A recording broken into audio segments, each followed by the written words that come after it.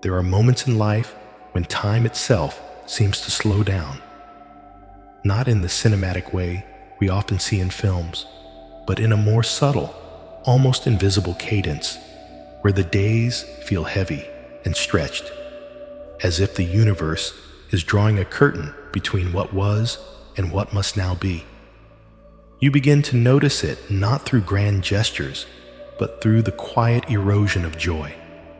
The way certain conversations echo hollow, or how laughter, once full and effortless, now tastes like obligation. This is not a mistake. It's not your mind playing tricks on you. It is alignment at work. And the more you resist, the louder the whispers become. To let go is not simply to walk away from someone or something. It is a sacred undoing, a rebalancing of energy, a recalibration of destiny. What many perceive as a painful rupture is, in truth, a cosmic correction, a recalibrated path that reroutes us from the terrain of stagnation toward the unknown wilderness of our true becoming.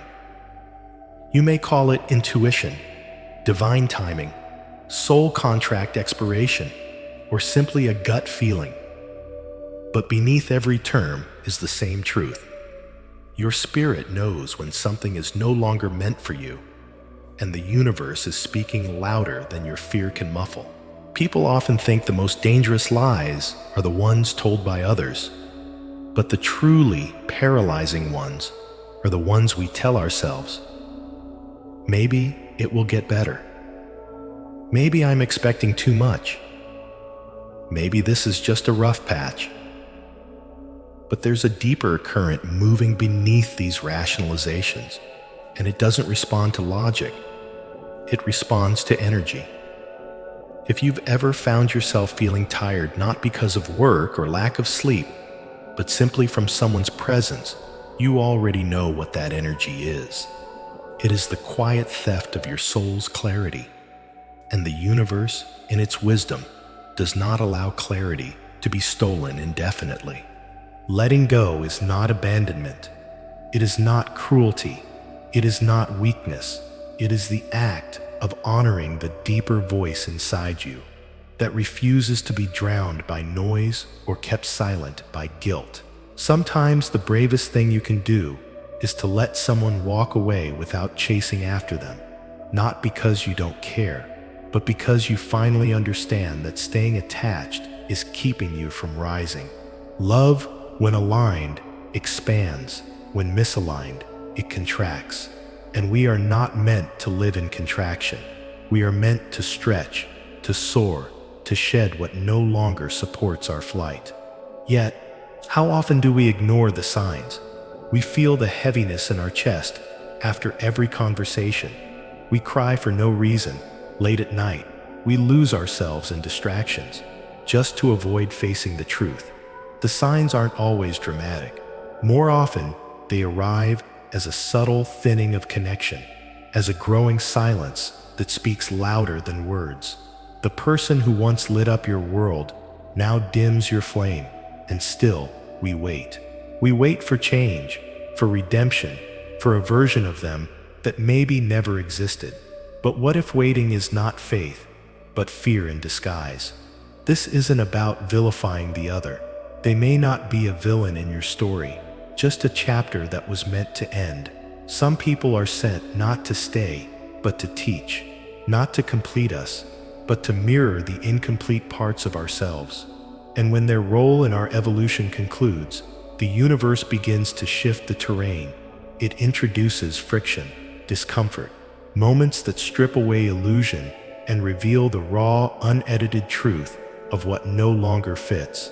The more you resist, the more the universe leans in. It does not speak with malice. It speaks with purpose. And every time you silence your knowing, the message returns louder until it echoes through your very being. Letting go isn't just an action. It's an initiation. It's the sacred right of choosing growth over comfort, soul over familiarity, truth over illusion. It is not done in one sweeping gesture, but in 1,000 quiet choices, each one saying, "I am ready to meet myself," without the distortion of someone else's shadow. So what happens when you ignore the call? The same lessons will revisit you, just in different disguises, different faces, same patterns, different voices, same wounds. The universe is not cruel, but it is insistent.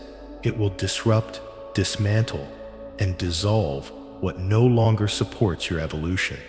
Not out of punishment, but out of deep cosmic compassion, because your purpose is too sacred, your light too rare, to be dimmed by energies that cannot rise with you. This moment in your life, the one you may be resisting, is not an end. It is a beginning, disguised as loss.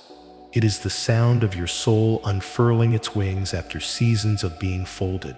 The release you've been avoiding is the very act that will unlock everything you've been praying for. Letting go is not something you do to them, it's something you do for you. The universe is not trying to take something from you. It is trying to make space for healing, for truth, for the next soul aligned with your evolution, for the path you were too weighed down to walk before. Do not ignore this. The nudge you feel is not doubt. It is direction. You're not losing them. You're finding you. At the heart of this calling lies one of the most paradoxical truths in the spiritual journey.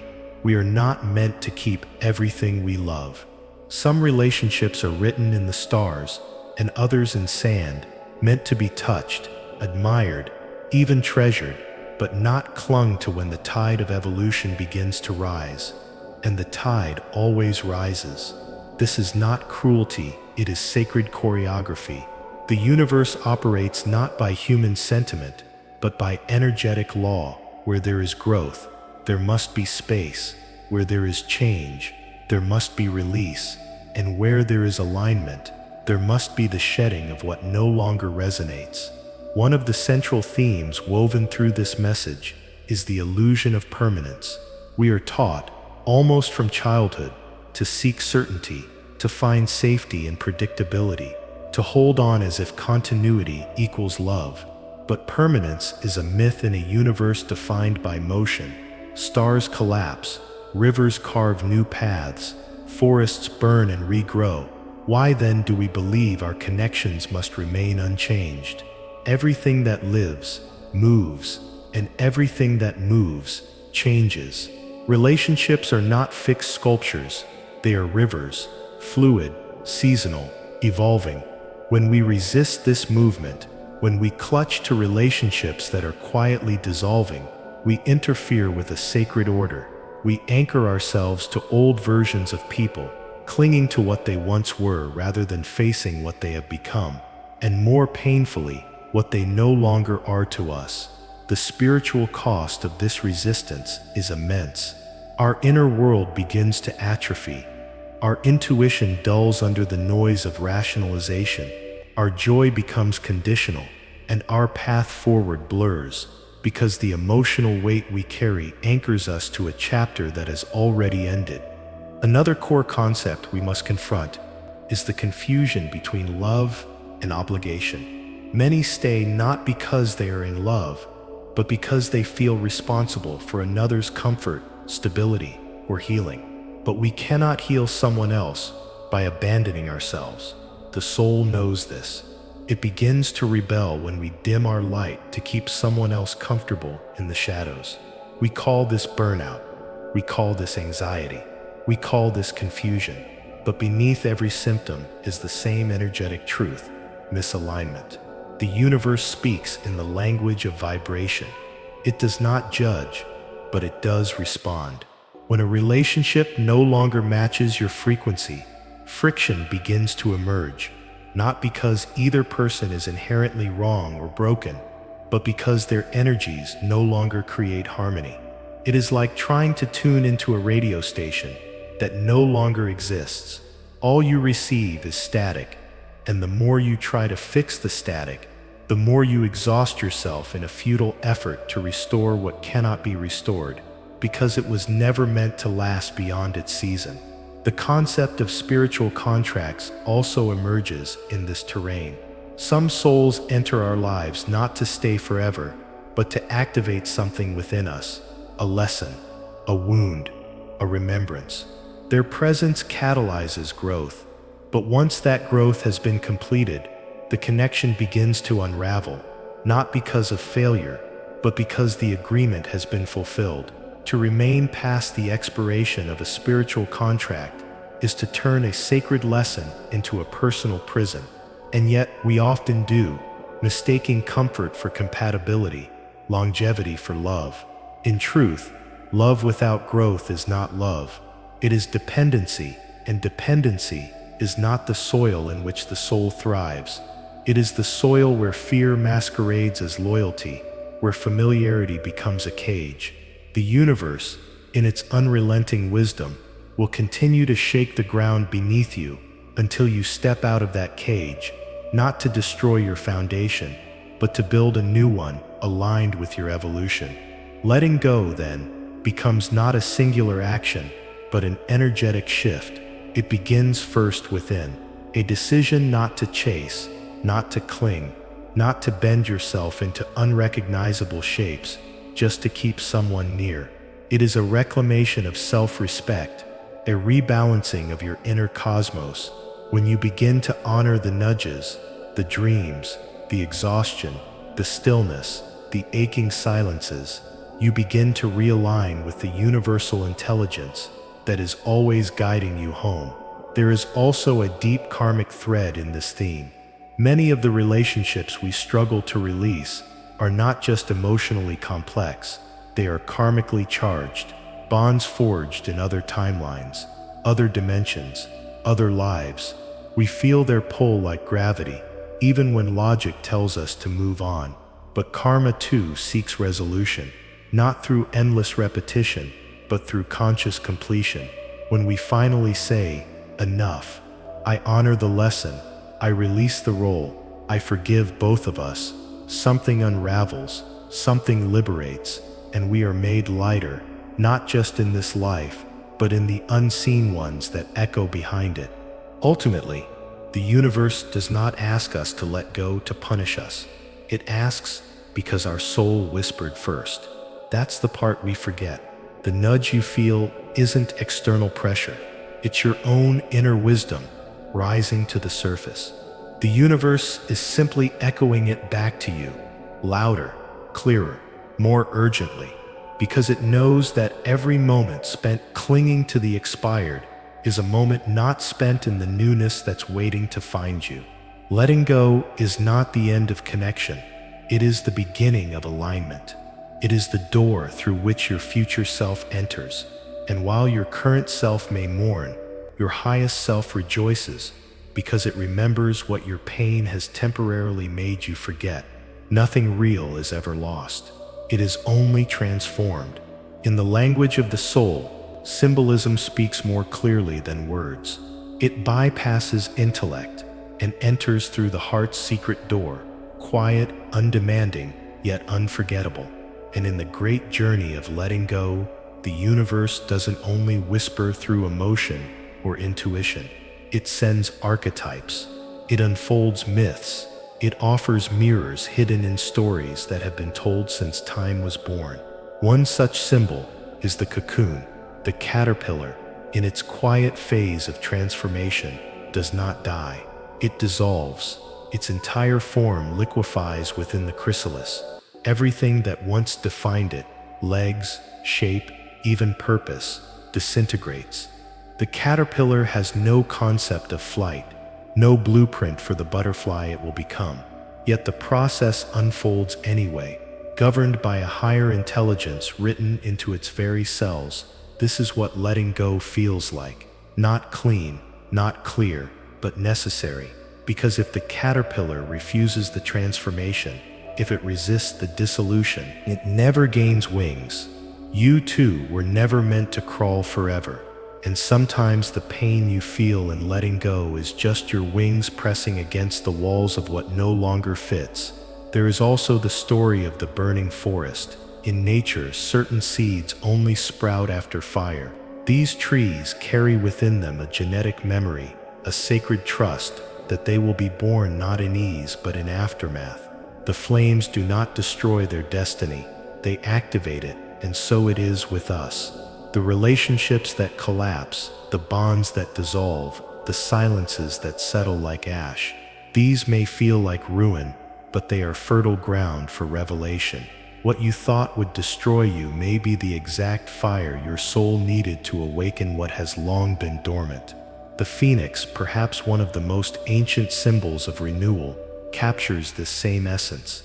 It bursts into flames only to rise, reborn from its own ashes. But what's often overlooked in this myth is the surrender. The phoenix does not resist the fire, it welcomes it. It knows its identity is not in the feathers it sheds, but in the flame that liberates its essence. You too are not the relationships you've outgrown, not the memories you protect like fragile glass, not the roles you played to feel needed. You are the soul beneath those layers. And the universe, when it brings fire, is not erasing you, it is revealing you. Another story comes from an old Taoist parable. A farmer loses his horse. His neighbors come to say, "What bad luck?" He only replies, "Maybe." Days later, the horse returns with 3 wild stallions. The neighbors cry, "What good fortune?" Again, he says, "Maybe." Later, his son breaks his leg, taming one of the stallions. Again, "Bad luck." "Maybe," the farmer replies. Then a war breaks out, and his son is spared from being drafted because of his injury. The message here is this: what you perceive as loss may be your soul's protection. What you're begging to keep may be what's silently blocking your peace. The universe plays a long game. It sees beyond the moment, and sometimes it disrupts what you thought was destiny in order to guide you to what truly is. Letting go often feels like betrayal, but there is a higher loyalty at play, the loyalty to your becoming. And while we've been conditioned to believe that holding on is noble, sacred even, the deeper truth is this: staying attached to someone who dims your spirit is not love. It is fear wrapped in the costume of commitment. You are not here to shrink in anyone's presence. You are here to burn as brightly as the stars that birthed you. And the people who are meant for you will not require you to extinguish your own light to keep them warm. Consider the symbol of the snake shedding its skin. It doesn't do so once in its life. It does it repeatedly, each time outgrowing the old casing of itself. It's a vulnerable act. The snake becomes tender, exposed, raw, but to remain in a skin that no longer fits would suffocate it. It would rot, so it surrenders. This is what emotional evolution looks like. We are meant to molt, to release the versions of ourselves that were only relevant in a past season. And sometimes those versions are tied to people, lovers, friends, even family, who can only recognize the skin you've already outgrown. When the soul changes, the circle must change, or else the soul begins to contract, to remain in a room it has already outgrown. And what of the great oceans? Even they understand release. Tides pull away, waves break, water returns to the source. There is no fear in this rhythm, only trust. The moon does not apologize for the push and pull it causes, and the sea does not resist. Nature flows, but we, humans, we often struggle. We cling, we bargain with destiny, we plant our feet in what is crumbling. Yet the universe is more patient than we are. It will wait, sending signs, dreams, repeating symbols, even heartbreaks, until we finally understand this moment isn't loss, it's transition. In ancient Egyptian belief, the soul was weighed against the feather of Ma'at.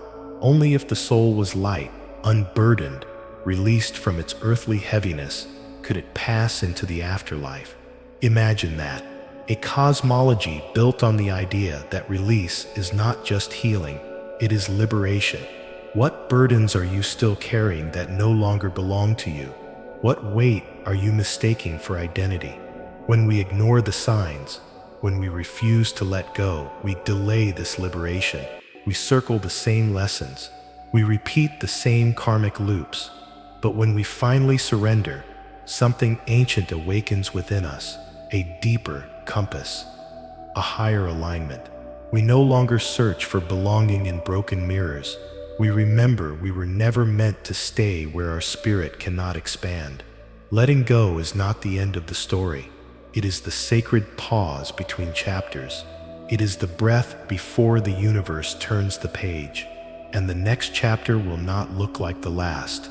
It will be quieter at first, maybe lonelier, but also clearer, more resonant, more true, and above all, it will belong to you. So much of the spiritual language around letting go exists in the abstract, poetic, cosmic, dreamlike. But the soul lives in the body, and the divine speaks through the ordinary. We do not heal in the clouds. We heal in the kitchen, on the walk home, in the silence before sleep. If the universe is telling you to let someone go, then the message must eventually root itself in the practical spaces of your life, your routines, your decisions, your boundaries, your speech. Letting go begins internally, but it does not stay there. Eventually, it must move into the visible world. It must change the way you respond to texts that drain you. It must influence the choices you make about where your time goes. It must alter how you spend your energy, what rooms you enter, who gets your vulnerability. The moment you internalize the call to release, the universe will begin to echo that decision back to you through opportunity and resistance alike. But first, you must act. The most powerful thing you can do is become conscious of what you've been unconsciously tolerating. Start there, not with big gestures, but with awareness.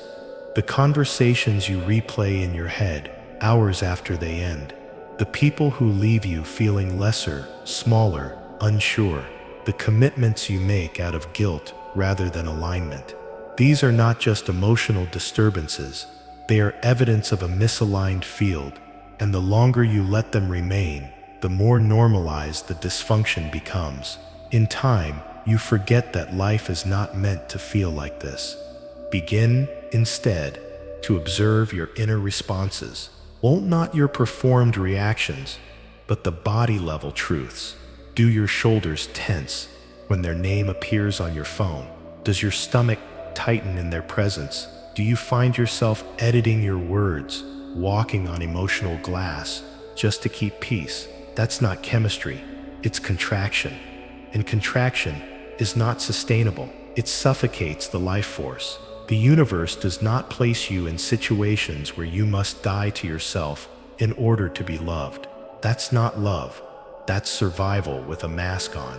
As you integrate this awareness, practical boundaries must follow. Not all boundaries are verbal. Some are energetic. Some are found in the decision not to explain yourself again to someone who has already shown they don't care to understand. Some are found in silence, in canceling plans that feel like obligations, in not answering the late-night messages that only reopen wounds. The more you honor your energy, the more sacred it becomes. You teach the world how to treat you by what you allow. And if you are always shrinking, always bending, always tolerating, then you are participating in your own diminishment. Integration also looks like ritual, not religious, but personal. Spiritual hygiene is as real as physical hygiene. Letting go may involve writing the letter you'll never send, burning a reminder of a chapter now closed, reordering your space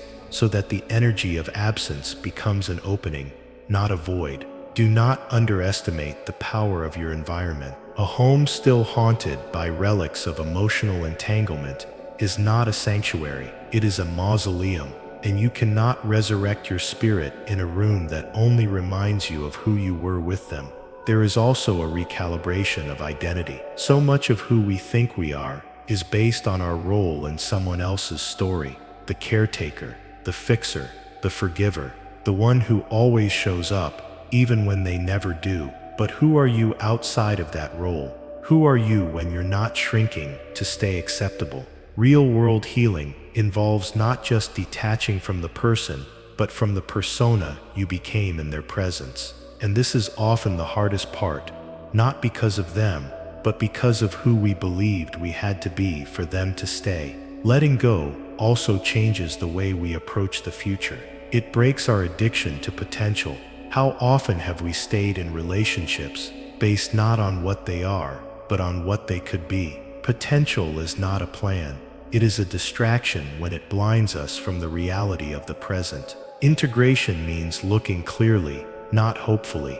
It means judging a connection not by the highs, but by the pattern. How do they show up when it matters? How do they respond when you're vulnerable? Hope is sacred, but it must be rooted in reality. Otherwise, it becomes a spiritual sedative, keeping you still while the clock keeps ticking. In practical terms, this shift will cost you. Release always does. There may be loneliness. There may be pushback. There may be moments where you doubt the decision, but nothing real is ever lost. What's lost is the illusion. What's left is truth. And truth, even when it hurts, is medicine. Watch how the universe responds to your release. It may not be immediate. The signs may be subtle. But if you stay the course, clarity will come. The person you thought you couldn't live without, you'll see them with new eyes. The silence that once screamed, it will soften. The spaces they once filled, they'll become places for your dreams to grow. That is the gift of practical alignment. It does not remove the pain overnight, but it replaces despair with direction. Eventually, a new kind of magnetism will emerge. When you stop entertaining what drains you, you start attracting what feeds you. Conversations will feel different. Your body will relax. Synchronicities will increase. You'll meet people who reflect your healed self, not your broken pieces.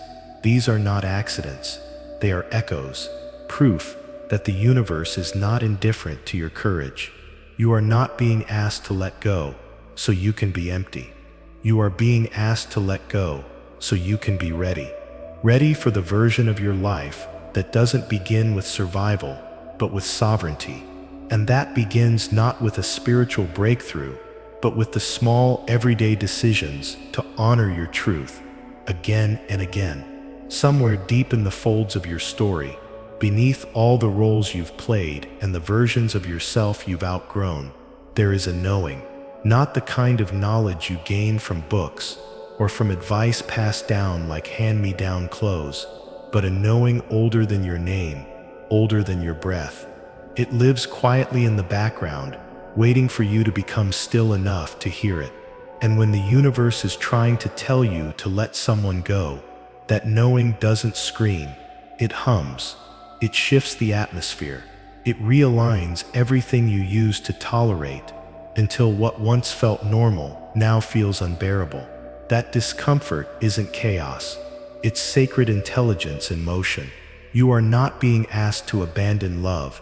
You are being asked to trust that love evolves and that some of its forms are meant to be temporary teachers, not lifelong companions. You are not being asked to harden. You are being asked to become clear, to step into the truth you've known all along but feared would cost you too much. And yes, there is loss, but there is a different kind of loss when you stay.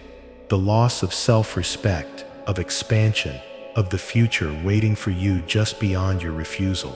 The universe doesn't take, it clears.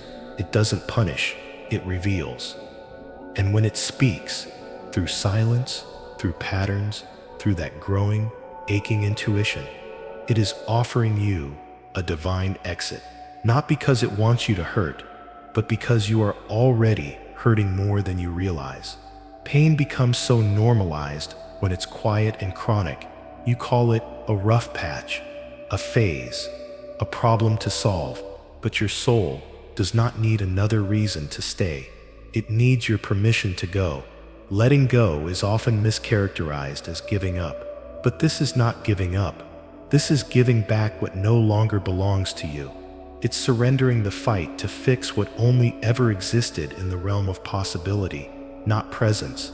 It's releasing the illusion that if you just loved harder, waited longer, tolerated more, things would return to how they once were.